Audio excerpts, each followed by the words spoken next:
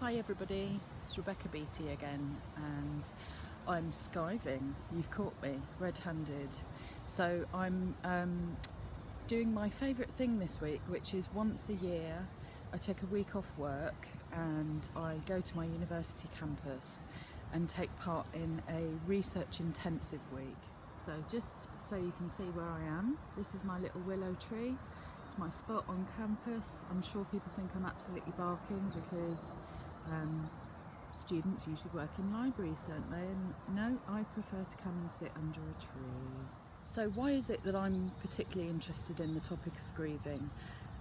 Well, I've had quite a lot of personal experience of it in the last few years. When I was 31-ish, my mum was diagnosed with pancreatic cancer.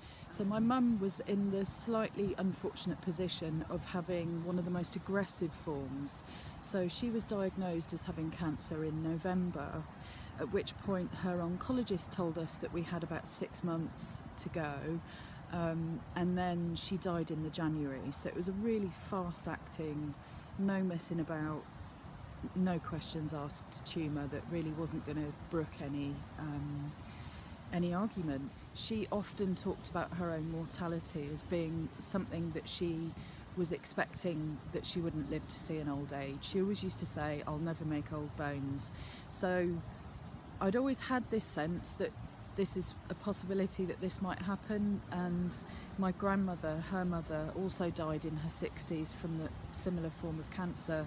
So our genes aren't great, put it that way, in our family, in the women's side anyway, the genes aren't great. So losing my mum for me at the age of about 31 was an absolutely catastrophic change. I'm 43 now, so about 12 years have passed since we lost her, and I have to say I'm still grieving just as keenly as I did 12 years ago when she died. So grief is something that kind of comes with me. It's part of my life now, and for a long time after she died, the only way I could really process this grief was by writing about it. So I started writing letters to her. There was somebody that said to me, part of grief counselling often suggests writing letters to your loved one. So I started writing letters to my mum, and I would tell her about what was going on at the time and all the cares that I had at work and what was bothering me and how much I was missing her, and trying to process some of these difficult feelings. However, my mum was a very caring, very loving person, and this felt like a really one-sided relationship, and it wasn't like the relationship we'd had when she was alive.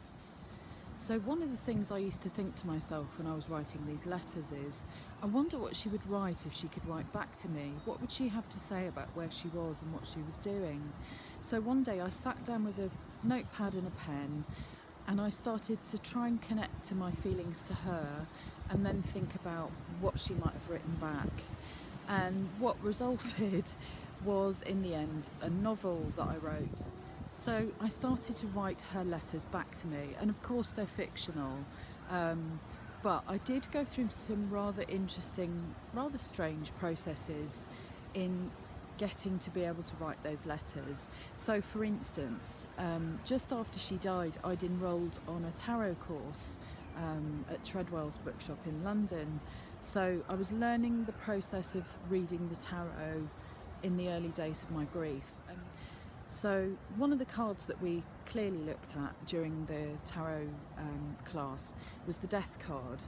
You may know it, 13th Arcana, and it's quite an interesting card. And I found for the first 3 years after my mum died, every single time I did a tarot reading or had a tarot reading done for me, the Death card would always show up in the reading somewhere.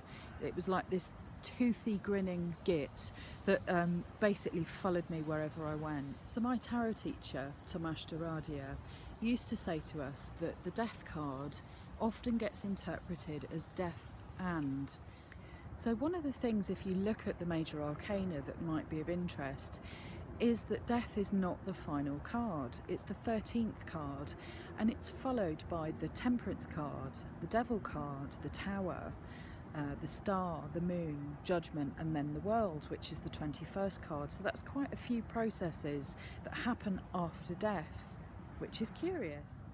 So sometimes when we experience death of a loved one, there's obviously an ending there. It's a very clear process, but your relationship with that loved one doesn't just stop there. You don't suddenly stop loving them just because they're not with you anymore. And this is kind of reflected in the Fool's Journey through the major arcana in tarot. So the Death card is followed by a series of other cards which also represent a transformation of the self. So death in this case can become a transformation. These cards represent quite significant changes, so clearly death isn't just the end of everything. There are things that follow death. So one of the things that I used to do when I was processing my own grief was reading about processes and what other people have experienced, and it was really helpful to talk to other people and get a sense of how they'd experienced this massive change in life, and also how I might then start to process it myself. One of the ways to process it was through writing, but there was also reading was another thing. So I came across the writings of a Swiss psychologist called Elisabeth Kübler-Ross. You may have heard of her, she's very famous. So Elisabeth Kübler-Ross was working with terminally ill patients, and what she found was that there was a big gap in the knowledge of how to deal with terminally ill patients and how to support them through the process of dying. And what she identified were 5 stages that everybody goes through when they're grieving. Now, Kübler-Ross identified these 5 stages, and later in life she also applied them to other forms of grieving. So it wasn't just the process of the loss of a loved one or the impending loss of your own life that kicked off these stages. So just what were Kübler-Ross's 5 stages of grief? Well, the first stage that she talks about is denial. This is where you refuse to believe that it's possible that this awful thing is going to happen. And then this is followed by anger, so you get really angry. Sometimes you get angry at the person that's died, sometimes you get angry at the world, sometimes you're angry at yourself. And then the third stage is bargaining, when you start to plead and really kind of hope that life really isn't going to do this to you. The next stage is depression, which marks the stage in which you've accepted what's going to happen, and you're then thrown into this awful depression of what's going to be coming. The final stage is acceptance. This is when you finally accept that this thing's going to happen, and that you're going to have to live with it one way or another. So one of the things that's really important to note about Kübler-Ross's model is that she got quite frustrated that it was taken out of context and it was seen as something that should be linear, but we all know that life isn't linear, and certainly emotions aren't linear. So she was quite clear that these stages are all stages that anyone can go through, some of them or all of them, or they might not go through these stages, or they might go in a different order. And the other thing that Kübler-Ross noted was that although she'd written the model when she was working with terminally ill patients, and it represented the stages that they went through in accepting their own illness, Kübler-Ross realised that it could be applied to any form of grief at all. And there are many things that we grieve about in life. So for instance, when we're teenagers, we might have a certain view of what our life's going to be. We have intentions, we have ambitions about how we're going to live our life, who we're going to live our life with, what job we're going to do, how many children we're going to have, what we're going to call them, and how we're going to be rich and famous and do lots of things. And then you grow into adulthood and you realise, life's not quite like that. I still remember now, particularly when I'm on university campus, that in my 20s I had this idea that I'd had from the age of 7, that I was going to be a working actor and I would always be in work, I'd earn my living that way, and everything was going to be fine, and I would just butt heads with anybody that told me that life might be slightly different from that. So I moved on, clearly, and I did actually pursue that acting career that I'd always wanted. Did it for 5 years, and spent most of the time that I was acting in unpaid jobs, being asked to take all my clothes off for student films, and would I mind doing nudity with that? And they were pretty awful jobs, I have to say. There was a death of that expectation of the perfect life that I thought I was going to lead. And then I had to rebuild things afterwards. So I'd met death, I'd met the great leveller, and he'd completely destroyed any ambitions I had for doing what I wanted to do. And then what happens next? And then after a while of feeling really unhappy and really dissatisfied, I also started to think, what if this is it? What if life is never any better than this? So I decided it was time to take some pretty drastic action. And for me, that drastic action came in the form of taking a step back from my dreams of becoming an actor and trying something else. So this kind of coincided for me with finding the path towards paganism as well. So here we are in 2016, and that decision must have been something that I made about 15 or 16 years ago, probably 15 years ago now. And 15 years on, where's my acting career? I'm not doing it. So one of the side effects that I found of pursuing my spiritual life was that I started reading a lot of folklore, and I started thinking about myself and where I'd come from and how I was rooted in my landscape that I grew up in. And one of the things that happened was that I started writing again.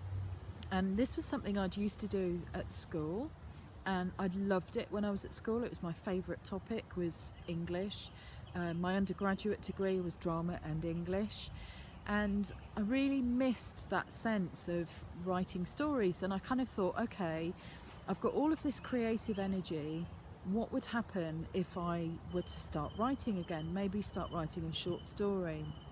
So my teacher had me researching folklore, and I'd been looking at the folklore of Dartmoor, where I grew up, and I started to think about some of the places that I walked to. And there was a story of something called the Lich Way, which is a walk across Dartmoor, and it starts in my home village.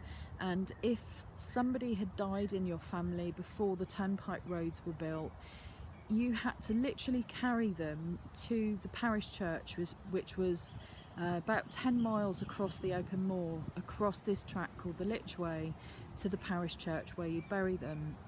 And I was thinking about this process, and I was thinking about how that must have been for people going through that whole process. They're grieving the loss of a loved one, and they have this big physical journey that they have to undertake.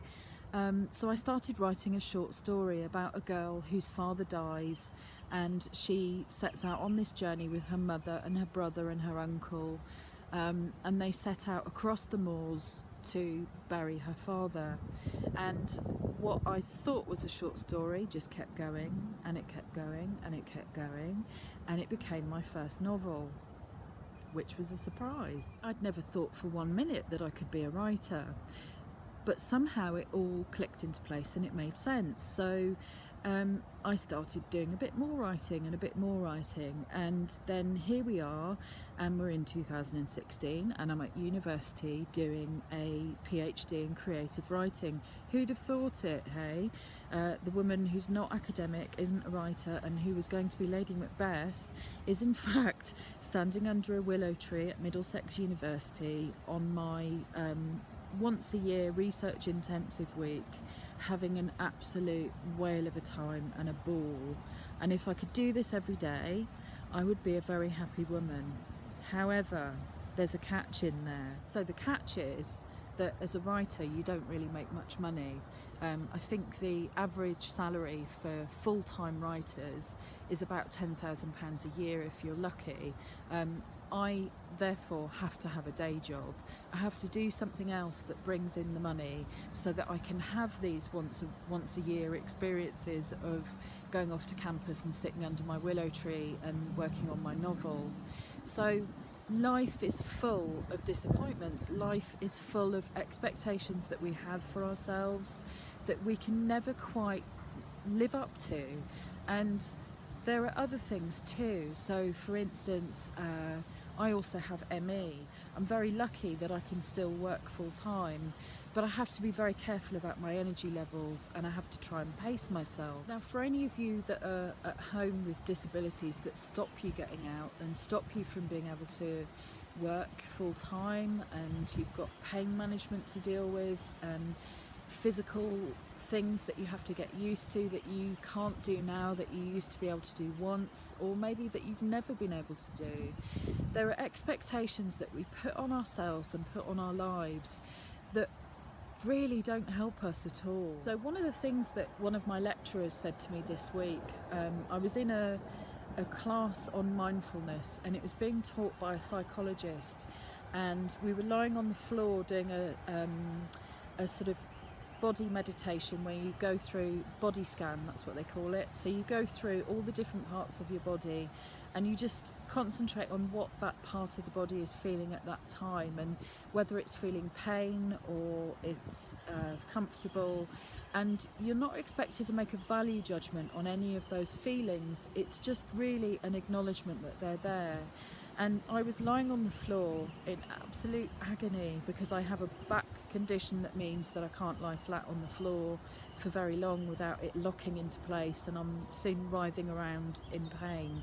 So I was lying on the floor thinking, ouch, this is really uncomfortable.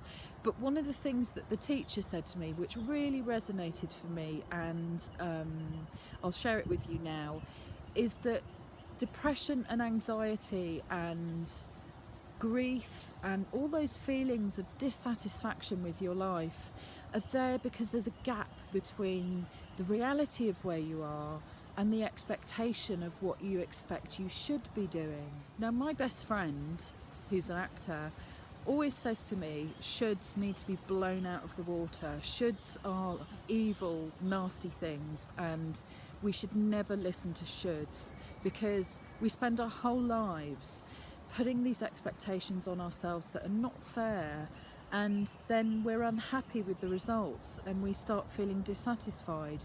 Whereas I guess the practice of mindfulness, what it's teaching us is to concentrate on the now, to concentrate on what we have got, not what we haven't got, and to start just accepting that and using that as the starting place for whatever you're doing in life. So mindfulness is a really good activity to try in life. It's quite a useful tool to have, but we also have to go through this process of letting go. It's not just enough to say, right, that life's gone. There are rites of passage that we can employ that help us to let go. So if you experience the death of a loved one, one of the most important parts of that process of letting go is the funeral. We have a service of some kind where mourners gather to say goodbye to them, to celebrate the life that they had, and to let them go, to start going through that process of then rebuilding your life afterwards and finding what that life's going to look like. So as human beings, we put quite a big emphasis on rites of passage in life, and we do that for a reason. They're there as a tool to employ, to help you to move through these very difficult processes. So whether we're grieving the loss of a loved one, the loss of a life that we thought we should have had, the loss of a career, the loss of a relationship, the loss of a job, the loss of an ambition, the loss of an expectation. These rites of passage are there to help us go through that process. And when you lose something that central to your sense of being, you have to then go through a process of learning to live without it. Just as I've had to go through a process of learning to live with the grief that I feel daily for my mother, and learning what my life is like without her. Who am I when she's not here? What do I do? What do I think? What do I eat? What do I wear? All of these things were there as part of the process of letting go of my mum that I've had to kind of learn to do again. It's like learning to walk again or learning to talk again. You have to start from scratch, from nothing, and build yourself up from the ground upwards.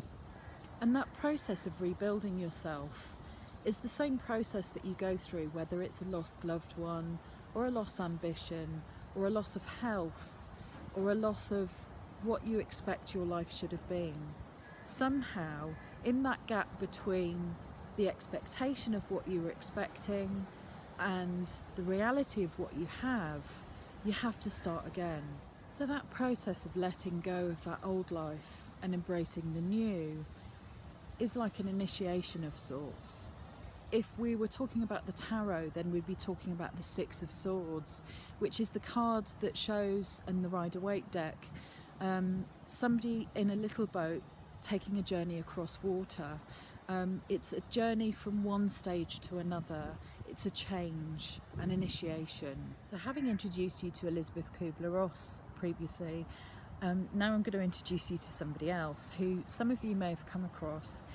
Joseph Campbell, who was an American mythologist and a writer, and he looked at comparative mythology and comparative religion, and his work also acts as a really useful roadmap for human experience and how life is. So Joseph Campbell had this theory that he called the monomyth, which basically means that all of human experience is reflected in our mythology, in our storytelling, and that there's a common theme in all of these myths and all of these stories. And he published this idea in a book called The Hero with 1,000 Faces. And in it, what he did was talked about the processes that the hero goes through in his journey. Sounds familiar. Yeah, sounds a bit like the Fool's Journey from the tarot, and it's got a lot of similarities. And Campbell also was very, very heavily influenced by Carl Jung, and of course those of you that have studied the tarot will know Carl Jung was influenced by the tarot. And this is a great process to think about, particularly if you're writing stories. So according to Campbell, the hero has the first stage is the call to adventure. So the hero is called out onto the road and he has to accept the call to enter this new world that he's never seen before, and he must face tasks and trials on the road of trials, and he has to face those trials alone, or he may have assistance sometimes. But at its most intense, what the hero experiences is a trial that's really, really severe, that changes his whole perspective on life. And if he survives, then he reaches the goal, and that goal often results in some kind of important self-knowledge. And then he has to decide to return to the real world, return to his previous world. So you've got this in very simplistic terms, and it's obviously explained in much greater detail in Joseph Campbell's actual book. But you've got this process of setting out on a journey that where you encounter trials, you're tested, your whole perspective changes, and then you have to go through a process of rebirth and return to the ordinary world, bringing with you the knowledge that you've learnt. Sounds a bit like an initiation to me. Well, that's because it is. So this really means that whatever hand life has dealt us, whatever cards we have to play, we have to kind of come to an acceptance of where we are.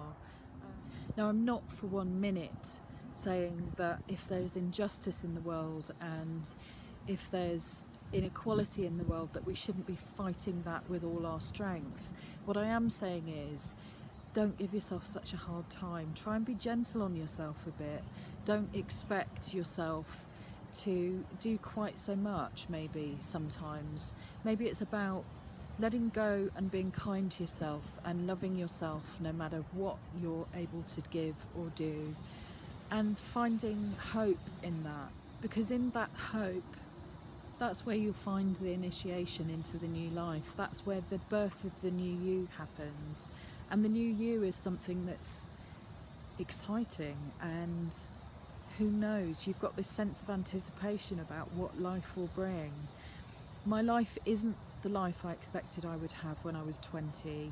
You know, I'm 23 years older now, and it's not perfect, it's a work in progress, but I've done things and I've learned things and I've met people that I would never have dreamt in a million years of having met and experienced and learned from.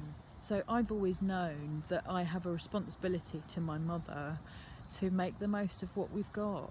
You know, it's a short life. We never know the ending until we get there. That's the whole point. Life is something you have to live forwards. We understand it by looking back and reflecting over what's happened, but none of us know what's going to happen. We don't know the ending yet. We don't know the end of our own story. We don't know the end of the hero's journey. So I'm a writer, and I'm also an avid reader, and the way that I make sense of the world is always how is life being experienced by those people that came before us. So looking at our nature mystics again, turning back to those writers that were influenced by nature, what did they experience? Taking Mary Webb as my first example, because I'm here on this campus this week because of Mary Webb and the work that I'm doing on her.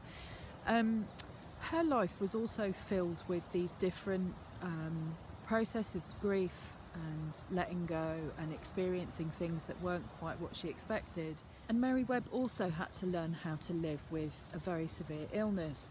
She suffered from Graves' disease, which meant that she would go through periods of being very, very ill, and where she was bedridden and couldn't move. So Mary Webb was also left with physical changes in her body.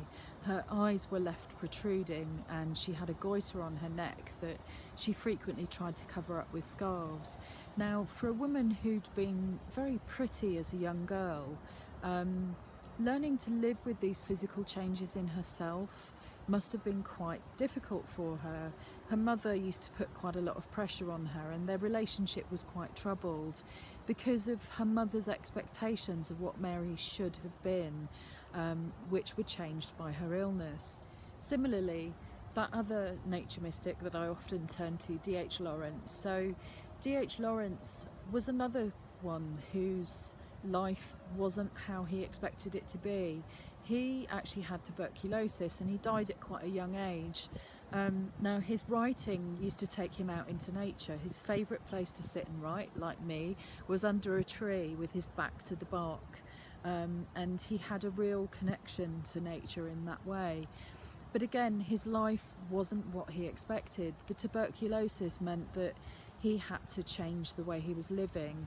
And with the tuberculosis, and also the other change that he had was that his wife was German. When he married his German wife, what happened then was that he had to go into exile, because at that time they had tried living together in Cornwall and were viewed with so much suspicion that the best thing for them was to leave. So Lawrence had to leave this landscape that he really loved, to leave the country that he'd been born into, and he travelled the world and spent time in Australia and spent time in South America and all over the place. I'm sure that's not what he expected his life to be. And of course, for Lawrence and for Webb, those experiences get transformed into creative writing. They would channel those feelings into their work. So that's often a really good way of dealing with things, and it's certainly how I deal with things. I write them down, I process through, creatively using those feelings to produce something that I hope will be of worth to somebody one day. So one of the pieces of writing that became really significant to me when I was going through this process of grieving my mother, grieving the loss of life as I knew it, and getting my head around the fact that I was having to live this new life whether I wanted it or not. One of the pieces of writing that became really significant to me was a poem by D.H. Lawrence called The Ship of Death. Now, Lawrence had experienced the death of his own mother, and this really affected him quite severely. If any of you have read Sons and Lovers, the character that the lead character, and I can't for the life of me remember his name, but the lead character in that book experiences the death of his mother, and he's nursing her through this illness. And what happens when you do that, when you go through the process of a terminal illness with somebody, is that it changes you completely. Having gone through that process with my own mother and being there with her when she passed, you come face to face with something that you just can't describe it to anybody that hasn't experienced it. It's a really significant, very spiritual process, the process of dying. I lost my fear of death by experiencing that with my mum, but I also felt like I'd come face to face with the death crone herself. And it becomes something that changes you. And of course, one of the things I forgot to mention earlier is that in Wicca we have this view of our God as being the horned god, and he is the god of death and resurrection. It's a common theme that goes across lots of different religions. Obviously, if you're a Christian and you have Jesus as your saviour, then you'll understand this idea of a God that brings death and also brings life. The ancient Egyptians had Osiris, that green-faced god who was the god of death, but he was also the god of fertility. So there's this process that happens with death and fertility, death and rebirth, that's common in many, many, many different world religions. So when I went through my own initiation into Wicca, it was into the arms of this god of death and resurrection. It was into the embrace of this God who is there to comfort, but he also takes away. And it's quite a dual process that you go through, of feeling this loss but also feeling a comfort there.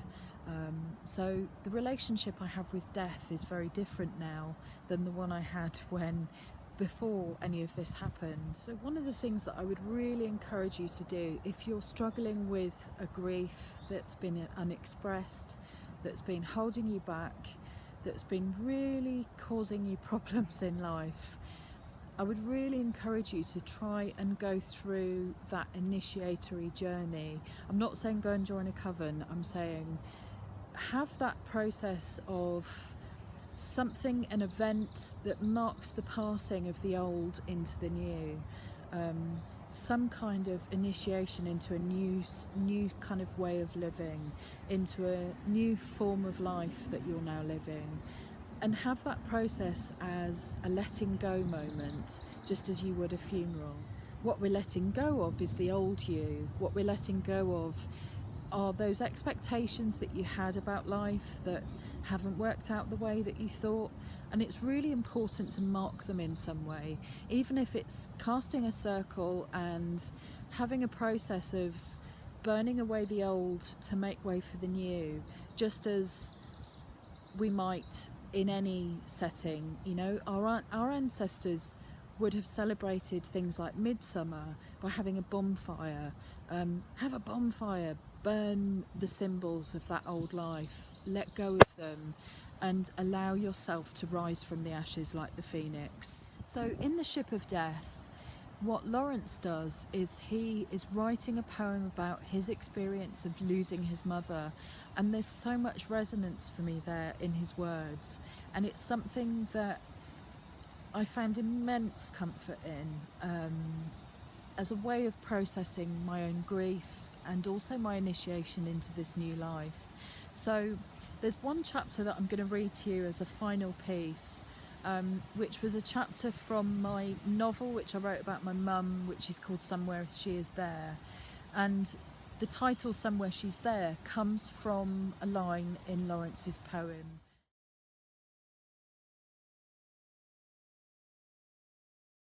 It is the appointed time. I tap on the glass like Kathy waiting to come in from the cold. A cloaked figure, both familiar and mysterious, opens the door and asks me if I wish to proceed.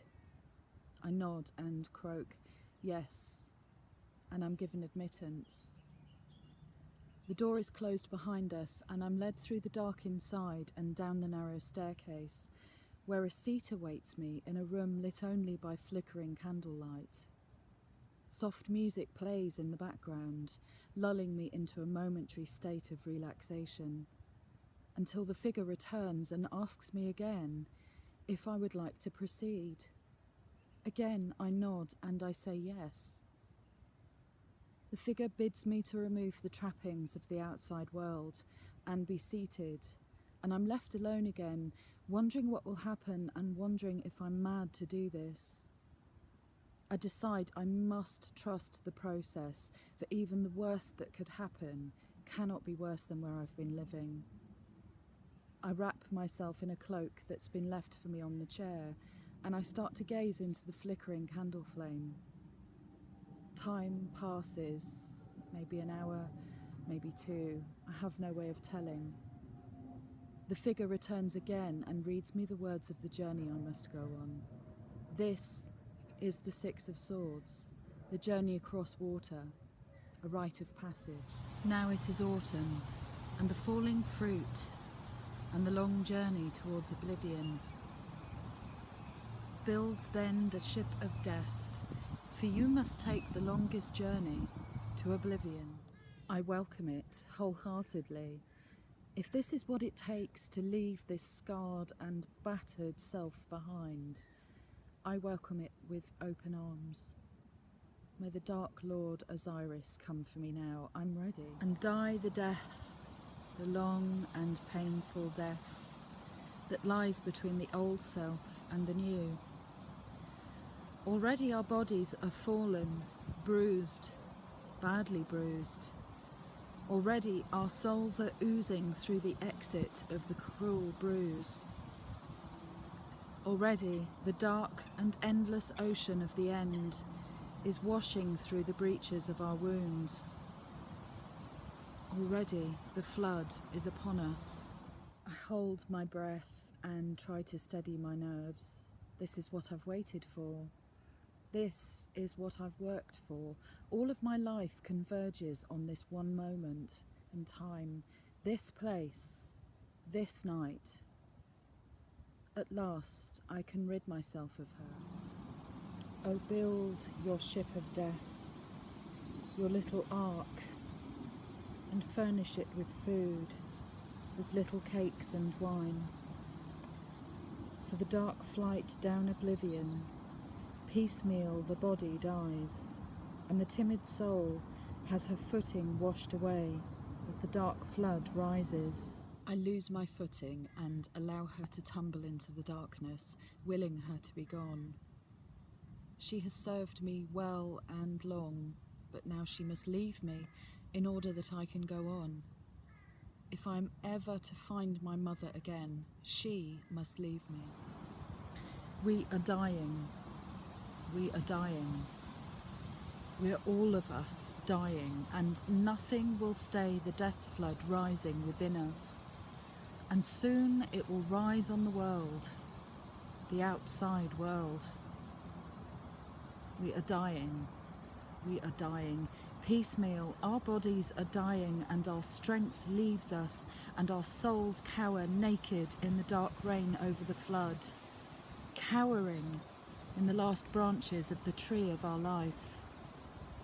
We are dying, and so all we can do is now be willing to die and to build the ship of death to carry the soul on the longest journey.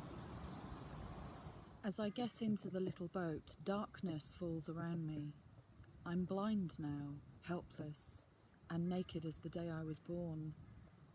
There are no lies left, no masks, and nothing is hidden. Now there is only my cold, naked soul. I pray I'm worthy.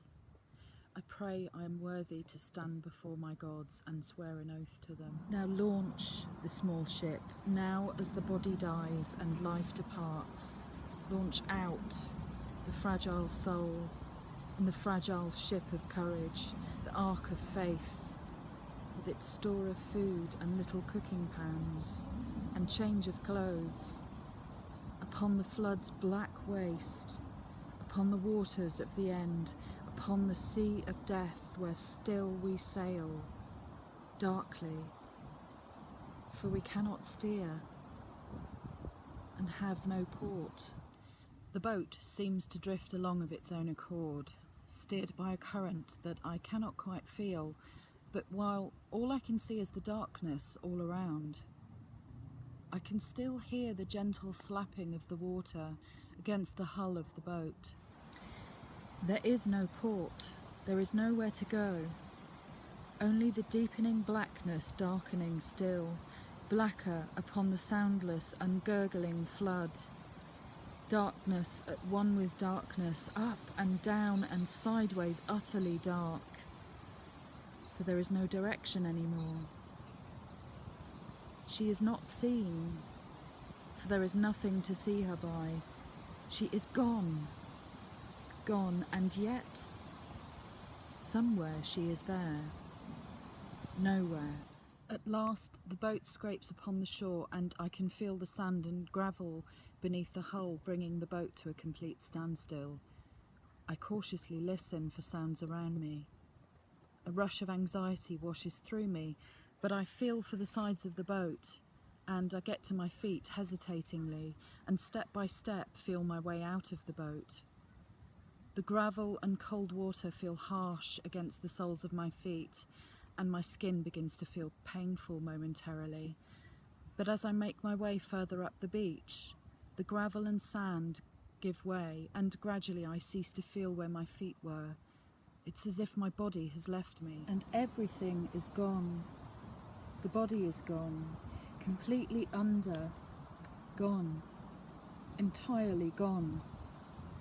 The upper darkness is heavy as the lower. Between them the little ship is gone. It is the end. It is oblivion. Far away I hear voices start to chant. The sound starts slowly but then begins to pick up speed, and the voices gradually get louder and louder. I try to pick out how many voices there are, but in the darkness and without the blessing of sight to help me make sense of the new world around me, it is impossible to tell. Things so simple in daylight are not so simple now. I can assume nothing. I can pick out some of the words of the chant, but they make little sense to me. And then the language shifts, and it's no longer recognisable. My breath has started to catch the beat of their voices, and my heart is thumping against my ribcage. And yet, I begin to sense I can feel someone next to me, their hand on my shoulder steadying my nerves. I can hear them breathing softly, although I intuit they do not need to breathe for physical reasons. I catch a faint whiff of a familiar perfume, and the smell anchors me into a state of calm, of being held, and of being nurtured. And yet out of eternity, a thread separates itself on the blackness, a horizontal thread that fumes a little with pallor upon the dark. The voices far away dissolve into what sounds like laughter, and despite my unusual predicament, I find myself smiling. Then a rush of cold air signals to me that a door has opened and someone steps in close to me. He's Hermes, the messenger of the gods, and he reassures me with a flourish of chivalry. He's come swift-footed to guide me the rest of the way. Finally, he whispers, "Your name?" The question hangs in the air for a split second before I speak, uncertain, testing, but I know that it is right. "Violet," I say. "My name is Violet." Is it illusion, or does the pallor fume a little higher? Oh, wait, for there's the dawn, the cruel dawn of coming back to life, out of oblivion. I take a breath to steady myself and, voice haltering, I speak the words I was given. Something in the atmosphere changes. A breath that was held is let go, and I'm welcomed in. And the flood subsides, and the body, like a worn seashell, emerges strange and lovely. And the little ship wings home, faltering and lapsing on the pink flood. Finally, I speak the words that will be imprinted upon my unconscious mind for all eternity. A token has been taken lest I should weaken. My life is now given to my gods, willingly, and with a full sense of what that might mean. It's no longer mine to squander. It's no longer mine to be surrendered in a pool of tablets and alcohol, even if I wanted it to be. By their bidding, I must live it to its fullness. At last, the sun breaks through the cloud cover, just enough to remind me that it's there. I am anointed and blessed and presented to the guardians. And the frail soul steps out into her house again, filling the heart with peace, swings the heart renewed with peace, even of oblivion. Bonds are removed and my sight is restored. I look upon the faces around me, reassuring me, looking with love. I found a new home. Oh, build your ship of death. Oh, build it, for you will need it. For the long voyage of oblivion awaits you. My name is Violet. I was born on the 3rd of June at approximately 10:30 p.m, 18 months after my beloved mother passed away. Loving hands coaxed me into my new life, whilst loving voices whispered and chanted words of encouragement. Afterwards, we feasted together, and then in the early hours of the morning, I made my way home to my little flat and the warmth and the safety of my own bed.